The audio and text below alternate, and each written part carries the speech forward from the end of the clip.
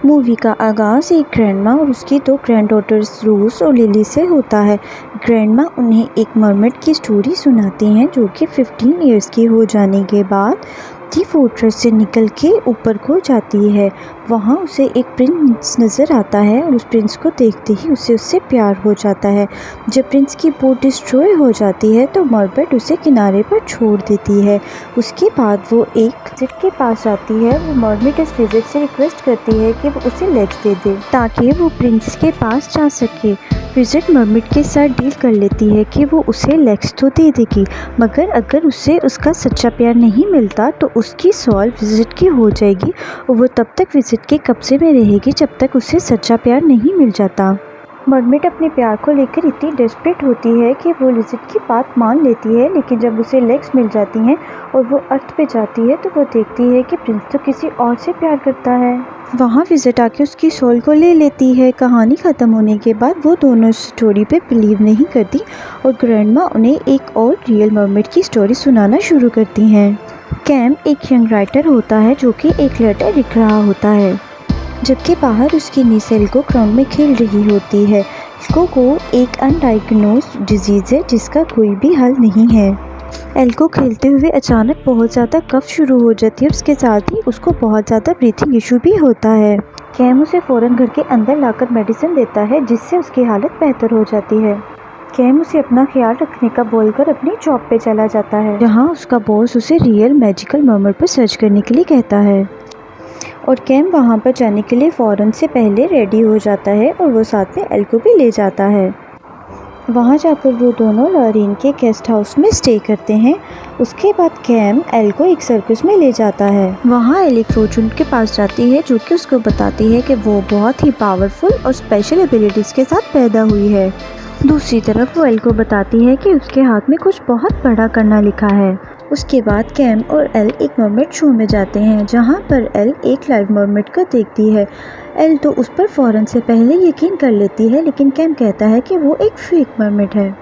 यहाँ cam L को swing में बिठाकर देखता है कि कुछ लड़के एक लड़की को तंग कर रहे होते हैं और कुछ ही देर में वहाँ पर लोग भी उस लड़की के साथ आ जाता है। कैम देखता है कि वो लड़की और कोई नहीं बल्कि वही एक मरमेड है और लोग उस लड़की को लेकर वहाँ से चला जाता है।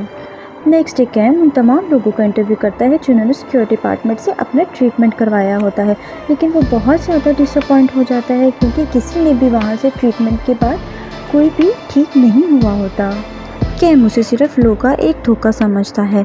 इन सब के बाद वो लो का इंटरव्यू करने के लिए जाता है, लेकिन लो उसके किसी भी क्वेश्चन का प्रॉपर आंसर नहीं करता है और बहुत रूड होकर उसे वहाँ से जाने के लिए कहता है। इन सब के बाद कैम एल को लेकर वुड्स में वॉक के लिए जाता है जहाँ पर अचानक से मरमेड आ जाती है। एल उसे देखकर बहुत हैरान होती है, लेकिन मरमेड उसे बताती है कि उसका नाम एलिज़ाबेथ है और बहुत सारी मरमेड ऐसी होती हैं जिनके पास बहुत सी ऐसी पावर्स होती हैं जो कि सी के बाहर आकर वॉक भी कर सकती हैं पाथ पर। एल बहुत एक्साइटेड होती है और उसकी हर बात पर यकीन कर लेती है, लेकिन कैम अभी भी इन सबको एक ट्रिक समझ रहा होता है। अचानक लोग के मैजिक करने के बाद मरमेड वहाँ से चली जाती है। कैम को ये सब कुछ बहुत क्यूरियस कर देता है और जब सर्कस बंद होता है तो वो चुपके से वहाँ पर चला जाता है जहाँ वो लो और उसके दोस्तों की बातें सुनता है। यहाँ पर कैम लो को पियानो पर एक कोड डालकर उसे ओपन करते हुए देखता है जिसमें से एक मैजिकल चेन निकलती है। कैम वहाँ से जाने ही वाला होता है, लेकिन वो एलिज़ाबेथ की आवाज़ सुनकर उसके पीछे पीछे एलिज़ाबेथ के पास पहुँच जाता है। कैम अभी एलिज़ाबेथ से बात करने ही वाला होता है जहाँ पर लोग आ जाता है और उसे वहाँ से जाने के लिए कहता है। यहाँ पर फॉर्चून टेलर आ जाती है और वो बहुत गुस्से से उससे कहती है कि वो इन सब में मत पड़े और वो यहाँ से चला जाए और ख़ुद भी वहाँ से चली जाती है। लॉरेन यहाँ एल और कैम को लिए शिप पर जाती है। कैम जब अपने रूम में काम कर रहा होता है तो वो एलिज़ाबेथ को देखता है, लेकिन जैसे ही वो कमरे से बाहर निकलता है एलिज़ाबेथ उसे कहीं भी नज़र नहीं आती है। लेकिन जब वो अपने कमरे में बाहर आता है तो अपने सामने वो एलिज़ाबेथ को पाता है। वो दोनों अपनी फैमिलीज़ को डिस्कस कर रहे होते हैं कि वहाँ पर एल आ जाती है। वो उन दोनों को वहाँ से टास्क के लिए लेकर जाती है जहाँ पर कैम को पिलिचिमत मिलती है जो उसे कहती है कि ये सब एल का एक ट्रैप है और ये मैजिकल परमानेंट नहीं है और कुछ ऐसा बात ही फेल हो जाता है। यहीं पर कैम और एलिज़ाबेथ दोनों अकेले खड़े बातें कर रहे होते हैं। वो किस करने ही लगते हैं कि अचानक से शिप रुक जाती है और कैम उसे बताता है कि अब हमें थोड़ा वेट करना होगा, लेकिन इसी दौरान एलिज़ाबेथ को कुछ याद आता है, वो यहाँ से चली जाती है। कैम उसे ढूंढने के लिए उसके पीछे जाता है, लेकिन वो यहाँ से गायब हो जाती है।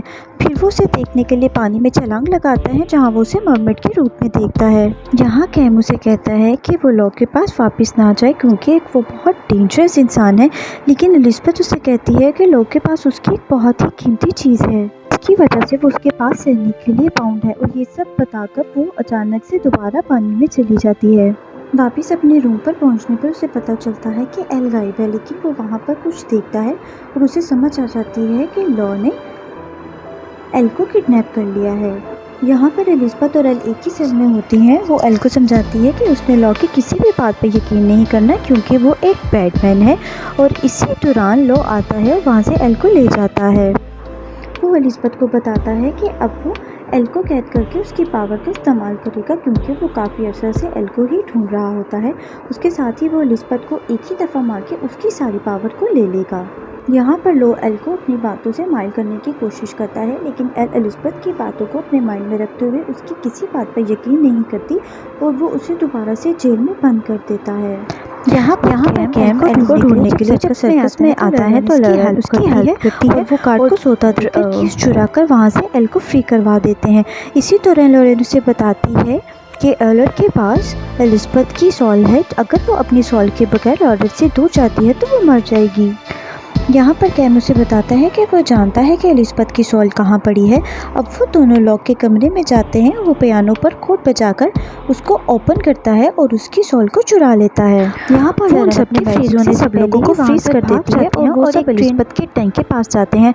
यहाँ लॉरेन उसे अपने मैजिक से लेग्स दे देती है और वो उन सबको लेकर जंगल की तरफ भाग जाता है और एक ट्रेन में बैठ जाते हैं जो कि एक सी की तरफ जाती है। फ्रीज हो जाने के बाद जब वो लोगों को मरमेड दिखाना चाहता है तो वो उसे वहाँ ना पाकर बहुत ज़्यादा गुस्सा हो जाता है और वो गुस्से में चीखता चिल्लाता हुआ अपने कमरे की तरफ जाता है, जहाँ वो पियानो से कोड बजाकर चेक करता है, लेकिन वहाँ पर एलिज़ाबेथ की सॉल नहीं होती। अब वो गुस्से में आकर अपने तमाम लोगों को उनके पीछे भेज जाता है। लोग के आदमी ट्रेन में आकर उन सब पर अटैक करते हैं। यहाँ वो सब एक दूसरे से फाइट कर रहे होते हैं, लेकिन कैम की फाइटर ना होने की वजह से उसके लिए उन सब से फाइट करना बहुत मुश्किल हो रहा होता है।